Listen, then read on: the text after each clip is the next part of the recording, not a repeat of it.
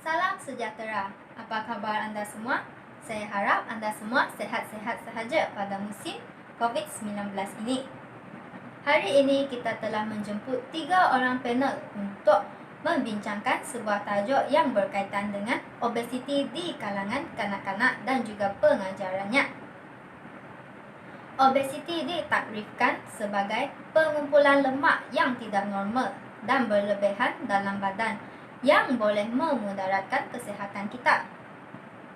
Indeks jisim badan iaitu BMI telah digunakan untuk mengklasifikasikan berat badan berlebihan dan juga obesiti.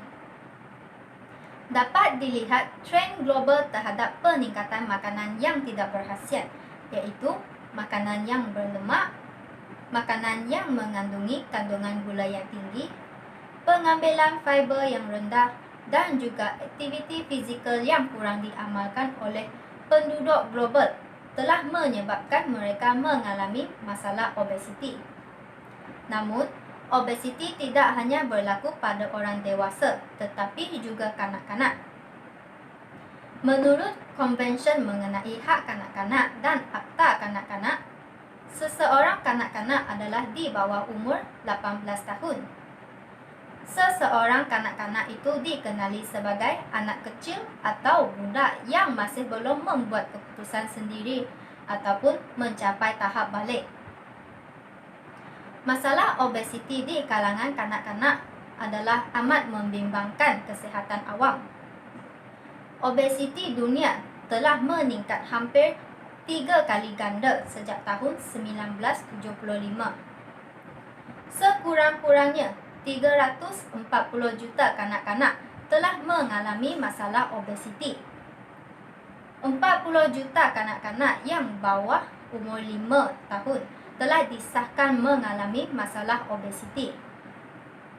Peningkatan yang paling ketara yang boleh dilihat adalah dari lingkungan umur 5 hingga 18 yang dari 10.3% pada tahun 2000 meningkat menjadi 18.4% pada tahun 2018.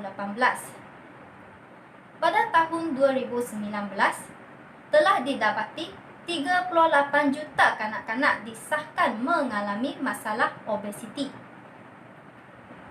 Kita tidak boleh memandang ringan terhadap masalah-masalah obesiti ini. Jadi, di sini mari kita mendengar pandangan daripada panel pertama mengenai masalah obesiti di kalangan kanak-kanak. Mempersilakan panel pertama. Pada pandangan saya, ibu bapa memainkan peranan sangat penting dalam kita membahaskan tentang faktor yang menyumbang kepada obesiti dalam kalangan kanak-kanak. Pertama, dari segi kita melihat didikan ibu bapa itu sendiri di rumah. Anak-anak ni membesar dalam keluarga mereka sejak mereka kecil lagi. Jadi mereka mudah mengikut didikan ibu bapa mereka. Segala corak pemakanan dan kehidupan mereka juga akan dipengaruhi oleh didikan ibu bapa mereka. Berikutan itu, didikan yang kurang baik dalam bab ini akan menyebabkan anak-anak ini cenderung untuk mengalami obesiti. Contohnya, ibu bapa yang gemar mengambil makanan yang berlemak dan berkolesterol tinggi akan mudah menjadi ikutan kepada anak-anak mereka kerana mereka juga akan membesar dengan kebarangkalian cita rasa yang sama. Yang kedua pula adalah dari segi kesibukan ibu bapa bekerja. Pada zaman globalisasi dengan kos sara hidup yang tinggi pada masa sekarang, kebanyakan keluarga mempunyai ibu dan bapa yang sama-sama bekerja. Mereka menghabiskan masa di tempat kerja dari pagi hingga petang. Berikutan itu, pemakanan anak-anak mereka sering terabai. Mereka juga gemar membawa anak-anak makan di luar ataupun membungkus makanan dari luar untuk dimakan bersama di rumah. Amalan ini amalan tidak baik kerana kebanyakan makanan dari luar adalah makanan ringan yang tidak sihat. Makanan di rumah adalah lebih baik kerana kita mengetahui kandungan bahan yang kita gunakan untuk memasak makanan tersebut secara berkhasiat. Yang ketiga pula adalah dari segi sikap ibu bapa yang terlalu memanjakan anak-anak. Setengah ibu bapa adalah kurang tegas dalam menjaga bab pemakanan anak-anak mereka. Mereka terlalu menurut dengan kehendak anak-anak kerana tidak ingin mereka menangis ataupun merajuk. Perkara ini sangat mudah untuk kita lihat dalam keadaan di mana kanak-kanak sangat menyukai makanan yang manis seperti gula-gula, kek, coklat dan juga air minuman berperisa. Bagi ibu bapa yang terlalu memanjakan anak-anak, mereka akan mudah membiarkan anak-anak mereka mengambil makanan ini walaupun dalam kuantiti yang banyak. Mereka juga membiarkan anak-anak mereka makan dengan kuantiti yang banyak kerana beranggapan anak-anak mereka ini mempunyai selera yang baik. Malah, persepsi masyarakat yang sering melihat kanak-kanak yang obes ini sebagai comel menyebabkan ibu bapa mereka tidak mahu makan anak-anak, malah memberikan anak-anak mereka lebih lagi makanan. Jadi, tadi kita telah mendapat pandangan daripada panel pertama. Sekarang kita beralih kepada pandangan daripada panel yang kedua. Dipersilakan panel kedua. Okey, terima kasih kepada Cik Moderator kita. Pada pandangan saya, antara faktor yang menyebabkan kanak-kanak mengalami masalah obesiti ini adalah disebabkan oleh gaya hidup kanak-kanak itu sendiri. Kanak-kanak yang mengalami masalah ini kebiasaannya kurang melakukan aktiviti-aktiviti yang melibatkan pergerakan fizikal, dan biasanya kanak-kanak ini mereka lebih suka duduk di rumah menghabiskan masa dengan teknologi berbanding dengan melakukan aktiviti riadah di luar rumah. Lebih-lebih pada masa kini, teknologi dan internet memainkan peranan yang amat penting dalam kehidupan seseorang. Kemudahan teknologi ini adalah seperti televisyen, telefon pintar, komputer, tablet dan sebagainya. Jadi dengan adanya kemudahan teknologi ini, mereka mampu menghabiskan masa sehingga berjam-jam duduk hanya menggunakan kemudahan tersebut. Lebih-lebih lagi jika ada kemudahan internet, mereka akan menghabiskan masa dengan mencari dan mengakses apa sahaja bentuk hiburan yang mereka mahukan melalui internet. Dan mereka juga suka menghabiskan masa di laman sosial seperti Facebook, Telegram dan sebagainya. Oleh itu, masa kanak-kanak ini banyak dihabiskan dengan internet berbanding dengan riadah. Daripada bermain permainan yang melibatkan fizikal seperti bola keranjang, bola sepak, badminton, berbasikal dan sebagainya, kanak-kanak pada masa kini lebih gemar bermain permainan komputer seperti ML, PUBG, COD yang hanya memerlukan kemudahan komputer, internet dan mereka hanya perlu duduk untuk memainkannya. Oleh sebab itu, kanak-kanak lebih memilih untuk bermain permainan komputer berbanding dengan permainan yang melibatkan fizikal, kerana jika mereka mahu bermain yang melibatkan fizikal, ianya akan meletihkan mereka dan menyebabkan mereka berpeluh. Jadi, kanak-kanak ini kurang untuk melakukan aktiviti yang seperti itu. Dan selain itu, kemudahan teknologi yang ada juga wujud untuk memudahkan dan mempercepatkan kehidupan kita. Jadi kanak-kanak obesiti ini, walaupun kadang-kadang mereka melakukan aktiviti riadah di luar rumah bersama dengan keluarga ataupun rakan-rakan mereka, tetapi aktiviti yang mereka lakukan itu tetap tidak menggunakan pergerakan sepenuhnya daripada badan mereka, kerana kemudahan teknologi pada masa kini sekarang ini kita mempunyai banyak teknologi yang boleh mengehatkan penggunaan tenaga dan mengehatkan pergerakan tubuh badan kita, seperti kemudahan airboard, hoverbike, segway dan juga skuter elektrik dan sebagainya. Jadi dengan adanya kemudahan ini, kanak-kanak akan dihadkan pergerakannya, kerana pada masa kini mereka lebih tertarik dengan permainan yang menggunakan teknologi berbanding dengan permainan yang tradisional ataupun permainan yang melibatkan pergerakan fizikal. Oleh itu, disebabkan gaya hidup kanak-kanak yang bergantung sepenuhnya dengan kemudahan teknologi menyebabkan mereka kurang untuk bergerak dan mengalami masalah obesiti, kerana pengambilan makanan yang banyak namun penggunaan tersebut tidak digunakan sepenuhnya menyebabkan lemak terkandung di dalam badan kanak-kanak itu, menyebabkan dia menjadi gemuk dan mengalami masalah obesiti. Itu saja daripada saya. Sekian, terima kasih. Terima kasih atas pandangan daripada panel kedua. Untuk lebih lanjut, kita mempersilakan panel ketiga untuk mengemukakan pandangan beliau. Dipersilakan panel ketiga. Okey, terima kasih Cik Donna selaku moderator kita pada hari ini. Tadi kita sudah dengar pandangan daripada panel pertama dan juga panel kedua mengenai faktor yang menyebabkan berlakunya masalah obesiti dalam kalangan kanak-kanak. Jadi pada pandangan saya, faktor yang menyebabkan berlakunya masalah obesiti dalam kalangan kanak-kanak ini disebabkan oleh amalan pemakanan kanak-kanak itu sendiri. Amalan pemakanan yang tidak seimbang inilah yang menjadi punca kepada masalah obesiti dalam kalangan kanak-kanak ini. Dia semakin membimbangkan.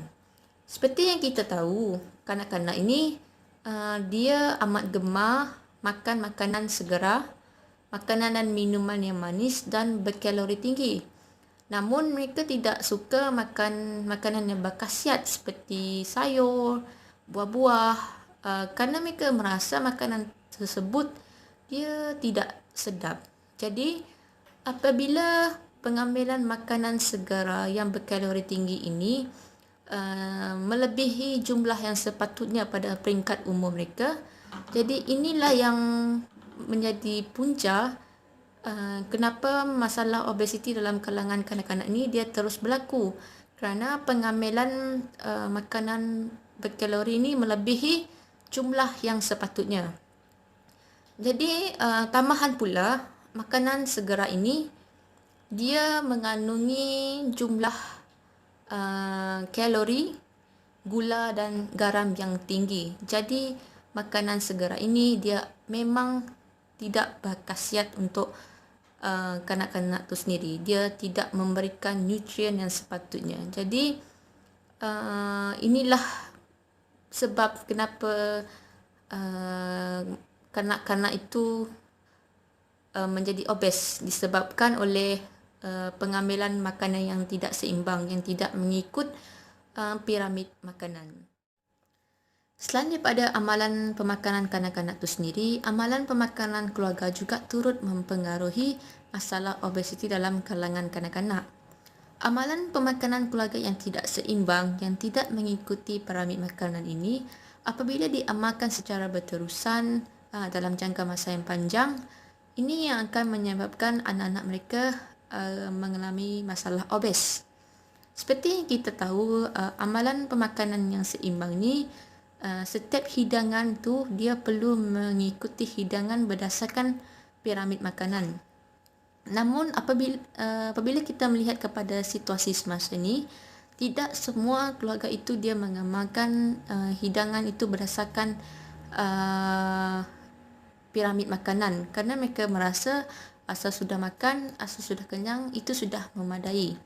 Apabila pemikiran tersebut diterapkan, sering diamalkan, jadi inilah yang menyebabkan amalan pemakanan sesebuah keluarga itu menjadi tidak seimbang. Misalnya berdasarkan satu situasi ini di mana ada satu keluarga ini hidangan yang berkalori tinggi seperti daging, seperti ayam, tetapi mereka tidak makan makanan yang berkhasiat seperti sayur. Jadi apabila amalan makanan ini dia menjadi kebiasaan dan terus diamalkan, menyebabkan amalan pemakanan keluarga itu menjadi tidak seimbang. Apabila tidak seimbang, jadi inilah yang menyebabkan amalan pemakanan kanak-kanak itu turut tidak seimbang, yang seterusnya menyebabkan masalah obes terus berlaku dalam kalangan mereka. Jadi itu adalah pandangan saya berkenaan dengan faktor yang menyebabkan berlakunya masalah obes dalam kalangan kanak-kanak. Terima kasih atas perkongsian sebentar tadi. Pena-pena kita telah membincangkan faktor yang menyebabkan masalah berat badan berlebihan dan juga obesiti di kalangan kanak-kanak. Antara faktor yang telah dibincangkan adalah ibu bapa, gaya hidup dan amalan pemakanan yang tidak seimbang. Jadi, apakah pengajaran yang kita boleh dapat daripada masalah berat badan berlebihan dan juga obesiti? Mari kita dengar pandangan daripada panel pertama. Pengajarannya, ibu bapa perlulah memainkan peranan yang baik dalam mendidik anak-anak tentang pemakanan yang sihat. Mereka perlulah membiasakan anak-anak mengambil makanan yang berkhasiat dan mengamalkan gaya hidup yang sihat sejak mereka kecil lagi supaya mereka terbiasa dengan perkara ini. Dalam pada itu, ibu bapa juga perlulah tidak hanya mendidik dengan kata-kata, namun juga perlulah menunjukkan role model yang baik depan anak-anak. Contoh perkara yang mudah untuk mereka lakukan adalah membawa anak-anak bersenam ataupun beriadah 2 kali seminggu dan kurangkan mengambil makanan yang tidak berkhasiat di depan anak-anak. Ibu bapa juga perlulah bersikap tegas dalam hal ini. Mereka perlu cekap mengawal pemakanan dan gaya hidup anak-anak dengan tidak terlalu menurut dengan kehendak anak-anak terhadap makanan yang tidak sihat dan gaya hidup yang tidak aktif. Mereka juga perlulah mengambil berat akan pemakanan anak-anak mereka walaupun dalam keadaan yang sibuk. Dalam hal ini, mereka juga perlulah mengurangkan membawa anak-anak makan makanan segera di luar ataupun membungkus makanan dari luar. Perkongsian yang amat baik daripada panel pertama. Panel pertama menyatakan pengajaran yang boleh didapat adalah daripada ibu bapa. Hal ini kerana ibu bapa memainkan peranan penting dalam menjaga pemakanan anak-anak mereka. Jadi, apakah pengajaran lain yang kita boleh dapat daripada masalah-masalah berat badan berlebihan dan obesiti ini? Kita mempersilakan panel kedua untuk memberi pandangan. Dipersilakan panel kedua. Antara pengajaran yang boleh kita dapat daripada masalah obesiti kanak-kanak ini ialah kanak-kanak itu sendiri perlu mengubah gaya hidupnya. Kerana walaupun terdapat ibu bapa ataupun masyarakat yang berada di sampingnya yang sentiasa memberi rangsangan kepada kanak-kanak itu, namun jika kanak-kanak itu sendiri tidak mahu berubah, maka tiada apa yang berlaku. Jadi pokok pangkalnya segalanya bermula daripada keinginan kanak-kanak itu untuk berubah ke arah yang lebih baik. Jadi sekiranya kanak-kanak itu tidak mempunyai keinginan untuk berubah dan mengamalkan gaya hidup yang sihat, maka kanak-kanak itu hanya akan mengulang dan kekal dengan gaya hidup yang tidak sihatnya sebelum ini. Lagi satu, kadang-kala terdapat ibu bapa yang terlalu memaksa anak mereka untuk berubah dan mengamalkan gaya hidup yang sihat. Namun, tindakan tersebut hanya akan memburukkan lagi keadaan kerana kanak-kanak ini dia akan berasa tertekan apabila disuruh oleh ibu bapanya untuk melakukan perkara yang mereka tidak mahu, walaupun perkara tersebut sememangnya memberi kesan yang baik kepada mereka. Apabila dipaksa, kanak-kanak ini akan berasa lebih tertekan, dan apabila seseorang itu berasa tertekan, ianya akan menyebabkan dia mengambil pengambilan gula yang lebih banyak, dalam jumlah yang lebih banyak daripada sebelum ini. Kerana pengambilan gula yang banyak ini juga dapat membantu seseorang untuk mengatasi tekanan yang diperolehinya. Oleh itu, apabila kanak-kanak ini dipaksa untuk melakukan sesuatu perkara yang mereka tidak mahu, jadi pengambilan gula yang diambil oleh kanak-kanak itu akan menjadi lebih banyak daripada sebelumnya. Oleh sebab itu, kadang-kala ibu bapa dan masyarakat yang berada di sekeliling kanak-kanak itu juga tidak boleh terlalu memaksa mereka untuk mengamalkan gaya hidup yang sihat.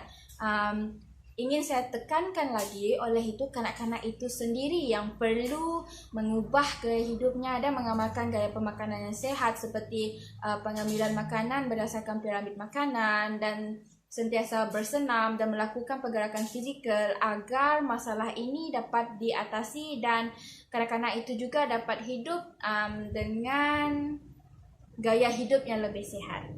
Itu sahaja daripada saya. Sekian, terima kasih. Kita telah mendengar pandangan daripada panel pertama dan panel kedua mengenai pengajaran yang kita boleh dapat daripada masalah obesiti di kalangan kanak-kanak. Sekarang, mari kita dengar pendapat daripada panel yang ketiga. Berdasarkan satu kajian yang dijalankan oleh Nutrisi Asia Tenggara pada tahun 2013 mendapati kanak-kanak yang berumur dalam lingkungan 6 tahun hingga 12 tahun ini berada dalam kategori gemuk. Jadi situasi seperti ini amat memberikan kebimbangan kepada kita. Oleh itu, pengajaran yang kita boleh dapati daripada masalah obesiti ini ialah perlunya peranan pihak sekolah untuk mengatasi masalah obesiti dalam kalangan kanak-kanak. Pihak sekolah perlulah memberikan pendedahan awal, pendedahan secara berterusan tentang pentingnya amalan pemakanan yang seimbang terhadap kanak-kanak. Pendedahan tersebut perlulah dilakukan secara kerap dan bukannya hanya sekali-sekala, kerana pendedahan secara kerap ini dapat menyebabkan maklumat itu terus tersemai dalam ingatan kanak-kanak itu sendiri. Selain itu, terdapat juga satu inisiatif baik yang dijalankan oleh Kementerian Pendidikan Malaysia dan juga Kementerian Kesihatan Malaysia melalui kerjasama kedua-dua kementerian tersebut, terhasilnya satu latihan modul di mana modul itu dapat digunakan oleh para guru, terutamanya guru pendidikan jasmani, dalam mengesan tahap kecergasan kanak-kanak tersebut. Selain itu, di Malaysia juga boleh diamalkan satu program makanan yang dijalankan di Jepun, di mana nama program tersebut ialah program makanan sekolah, di mana program tersebut setiap pelajar di Jepun dia akan mendapat satu hidangan yang mengandungi kalori dalam lingkungan 600 hingga 700 kalori yang diseimbangkan dengan karbohidrat, daging, sayuran dan juga ikan. Jadi ini merupakan satu program yang boleh diamalkan di Malaysia kerana program ini amat baik, kerana melalui program ini semua pelajar di Jepun dia mendapat hidangan dan tak ada istilah pelajar tak makan bila tibanya waktu rehat dan sebagainya. Jadi kalau kita lihat situasi semasa di Malaysia, terdapat pelajar yang tidak makan apabila tibanya waktu rehat kerana mungkin ada masalah kewangan. Jadi pentingnya program ini boleh diamalkan di negara kita kerana kita tahu kanak-kanak ini dia memerlukan nutrisi yang secukupnya untuk pertumbuhan kanak-kanak yang lebih baik, untuk pertumbuhan yang lebih baik. Jadi oleh itu apa yang kita dapati daripada masalah obesiti ini, pentingnya kita mengatasi masalah obesiti dalam kalangan kanak-kanak kerana kita tahu kanak-kanak merupakan generasi penerus masa hadapan negara. Lahirnya generasi yang sehat, yang aktif penting bagi pembangunan sesebuah negara. Jadi itu saja pandangan daripada saya. Terima kasih kepada panel-panel atas perkongsian sebentar tadi.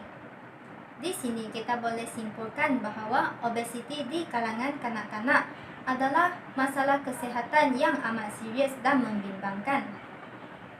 Pengamalan sikap mencegah masalah obesiti di kalangan kanak-kanak adalah lebih baik daripada mengubatinya.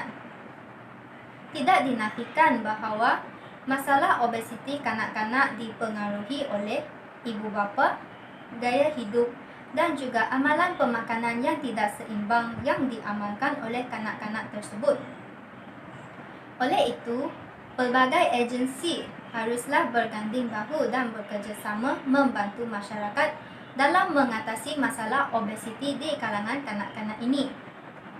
Penekanan haruslah diberi kepada ibu bapa keluarga itu sendiri, pihak berkuasa dan juga pihak sekolah agar dapat mengatasi masalah obesiti ini dengan lebih berkesan. Kita tidak boleh memandang ringan terhadap masalah ini kerana boleh mengancam kesihatan kita dan membawa maut kepada kita. Sekian daripada perbincangan kami. Terima kasih.